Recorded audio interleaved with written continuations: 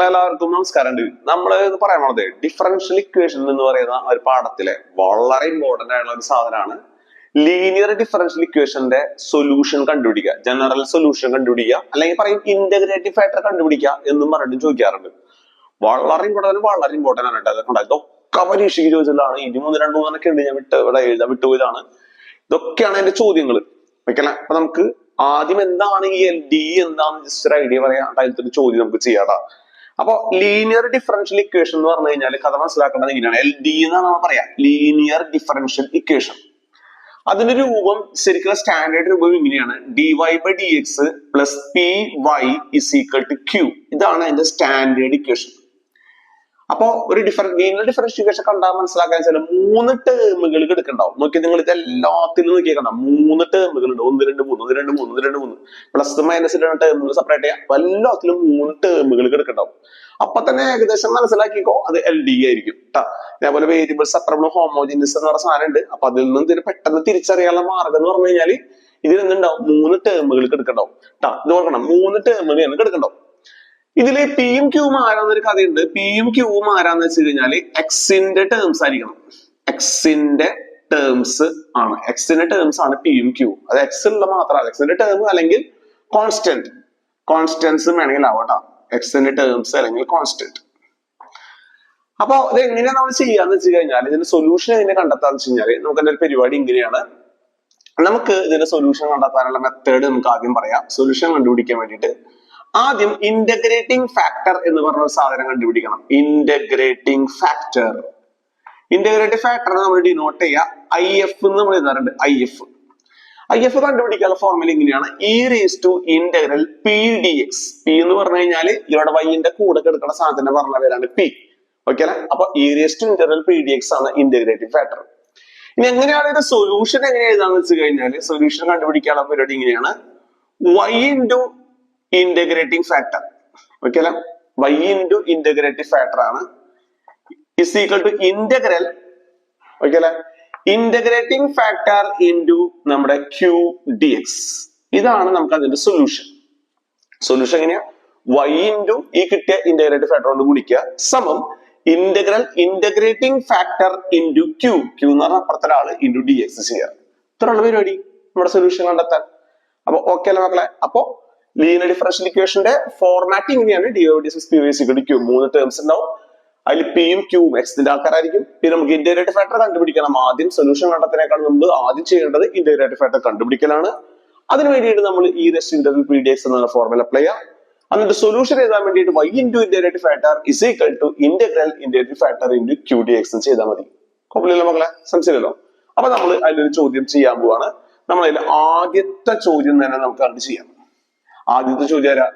X D Y by D X ഇട്ടാ. നമ്മുടെ ഏഴാമത്തെ ചോദ്യം അങ്ങോട്ട് ചെയ്യാം. X D Y by D X plus 2y is equal to X square.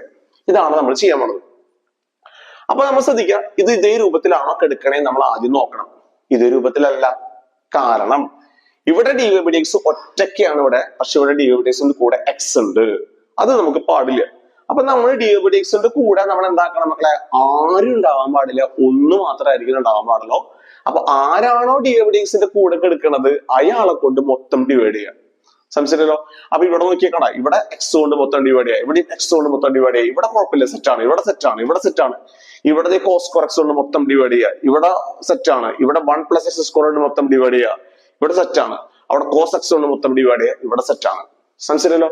അപ്പൊ ആദ്യം തന്നെ നമ്മൾ എക്സ് കൊണ്ട് മൊത്തം ഡിവൈഡ് ചെയ്യാണ്. ഇതിനോട് എക്സ് ഡിവൈഡ് ചെയ്തു, ഇവിടെ എക്സ് കൊണ്ട് ഡിവൈഡ് ചെയ്തു, ഇവിടെ എക്സ് കൊണ്ട് ഡിവൈഡ് ചെയ്തു. ഡിവൈഡ് ചെയ്തപ്പോ നമുക്ക് കിട്ടിയ മക്കളെ D Y by D X plus 2y by X സമം എക്സ് എന്ന് കിട്ടിയിട്ടുണ്ടാവും. ഇതിപ്പോ നമ്മുടെ എൽ ഡി ആയിട്ട് മാറി, ലീനിയർ ഡിഫറൻഷ്യൽ ഇക്വേഷൻ ആയിട്ട് മാറി, സ്റ്റാൻഡേർഡ് ഫോർമാറ്റ് ആയിട്ട് മാറി. അതിൽ പി ആരാണ് മക്കളെ? നമ്മുടെ പി എന്ന് പറഞ്ഞാൽ നമ്മുടെ വൈയുടെ കൂടെ കിടക്കുന്നത് 2 ബൈ എക്സ്. ക്യൂ ആരാണ് മക്കളെ? നമ്മുടെ അപ്പുറത്ത്, സമവാക്യത്തിന്റെ അപ്പുറത്ത് കിടക്കലാണ്, അത് നമ്മുടെ എക്സ്. സംശയമല്ലോ? നമുക്ക് ആദ്യം ഇന്റഗ്രേറ്റീവ് ഫാക്ടർ കണ്ടുപിടിക്കണം. ഇന്റഗ്രേറ്റിംഗ് ഫാക്ടർ ഐ എഫ് നമുക്ക് കണ്ടുപിടിക്കണം. ഐ എഫ് എന്ന് പറഞ്ഞാൽ e raise to integral P D X ആണ്. Is equal to e raise to integral P ആരാണ് മക്കളെ? ഇവിടെ നമ്മുടെ 2 ബൈ എക്സ് ആണ് ഇൻറ്റു ഡി എക്സ്. ഈ 2 കോൺസ്റ്റന്റ് നമുക്ക് ഇന്റഗ്രേഷന്റെ പുറത്തേക്ക് ഇടാം. 1/x dx ആയിട്ട് മാറി is equal to e raised to integral. എല്ലാവർക്കും അറിയില്ലേ മക്കളെ 1/x dx ആർക്കാന്ന് എല്ലാവർക്കും അറിയണം. ഇതുകൊണ്ട് മക്കളെ log x. അപ്പൊ log x. ഇത് കുറച്ച് പരിപാടികളുടെ ഉണ്ട്. നമ്മൾ പഠിച്ചിട്ടുണ്ട് മക്കളെ n log a അല്ലെങ്കിൽ log a raised to n എന്ന് പറഞ്ഞു കഴിഞ്ഞാൽ n log a ആണ് നമ്മൾ പഠിച്ചിട്ടുണ്ട്. അപ്പൊ n log a ആണെങ്കിൽ നമുക്ക് log a raised to n എന്ന് എഴുതാം. അതുപോലെ e raised to log a എന്ന് പറഞ്ഞാൽ ഉത്തരം നമുക്ക് എന്ത് എഴുതാം? a എന്ന് എഴുതാം. ഈ രണ്ട് ഫോർമുലകളാണ് നമ്മളോട് യൂസ് ചെയ്യുന്നത്. e raised to log a എന്ന് പറഞ്ഞാൽ ഉത്തരം എന്ത് എഴുതാം? നമുക്ക് a എന്ന് എഴുതാം. ശരിക്കും ഇവിടെ ബേസ് e ഉണ്ട് ട്ടോ. നമുക്ക് തൽക്കാലം എഴുതണ്ട. e raised to log a എന്ന് പറഞ്ഞാൽ ഉത്തരം a എന്ന് എഴുതാം. അപ്പൊ അത് പ്രകാരം ഞാൻ ആദ്യത്തെ ഫോർമുല പ്രകാരം e raised to 2 log x ന് നമുക്ക് എന്ത് എഴുതാം?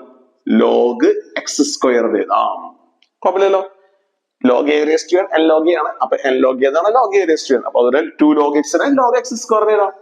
ഇനി ഈ ഫോർമുല പ്രകാരം e raised to log a യുടെ സ്ഥാനത്തൂടെ x square ആണ്. അപ്പൊ ഉത്തരം x square എന്ന് എഴുതാം. അപ്പൊ ഇന്റഗ്രേറ്റിംഗ് ഫാക്ടർ കിട്ടി. ആരാണ് മക്കളെ? നമ്മുടെ x square. ശരിയല്ലോ, കിട്ടി. ഇനി നമ്മുടെ സൊല്യൂഷനിലേക്ക് നമ്മൾ പോവാണ്. സൊല്യൂഷൻ എന്ന് പറഞ്ഞു കഴിഞ്ഞാൽ നമ്മൾ പഠിച്ചിട്ടുണ്ടായിരുന്നു. സൊല്യൂഷൻ എന്താണ് മക്കളെ? സൊല്യൂഷൻ വളരെ സിമ്പിൾ പരിപാടിയാണ്. നമ്മുടെ solution y into integrating factor. Integrating factor ആരാ? x square is equal to integral integrating factor into q. Integrating factor ആരാ? x square into q ആരാ? x dx. ശരിയല്ലോ, അതായത് ഇന്റഗ്രൽ x cube dx. ആരാണ് മക്കളെ integral x cube? x raised to 4 divided by 4 plus c. ഇടത് ഭാഗത്ത് y into x square എന്ന് വരും. Okay അല്ലേ? വളരെ സിമ്പിൾ പരിപാടിയാണ്. പുഷ്പം പോലെ നമുക്ക് ഈ സാധനം കണ്ടുപിടിക്കാൻ പറ്റും. അപ്പൊ മനസ്സിലാക്കേണ്ട കാര്യം ഇത്ര മാത്രമല്ലോ. ഫോർമാറ്റ് മനസ്സിലാക്കുക, പിന്നെ നമുക്ക് ആദ്യം ഇന്റഗ്രേറ്റഡ് ഫാക്ടർ കണ്ടുപിടിക്കുക, ഇവിടെ സൊല്യൂഷന്റെ ഫോർമുലയും പഠിച്ചു വെക്കുക. ഓക്കെ അല്ലേ മക്കളെ? അപ്പൊ ഇതുപോലെ എല്ലാ ചോദ്യങ്ങളും ഇത് പരീക്ഷയ്ക്ക് ചോദിച്ചാലാണ്. അത്രയ്ക്ക് ഇമ്പോർട്ടന്റ് ആണ് LDE എന്ന് പറയുന്ന സാധനം, ലീനിയർ ഡിഫറൻഷ്യൽ ഇക്വേഷൻ എന്ന് പറയുന്ന സാധനം. ഓക്കെ അല്ലേ മക്കളെ? അപ്പൊ പ്രത്യേകം മനസ്സിലാക്കേണ്ടത് 3 ടേംസ് ഉണ്ടാവും. അതാണ് ഇതിന്റെ ഏറ്റവും വലിയ കഥ. പിന്നെ ഉള്ളത് വേരിയബിൾ സെപ്പറബിൾ ഹോമോജനസ് ആണ്. അത് അത്രയ്ക്ക് ഇമ്പോർട്ടന്റ് അല്ല, ഇതിന് അത്രയ്ക്ക് ഇമ്പോർട്ടന്റ് അല്ല. അപ്പോ ഓക്കെ, ബൈ.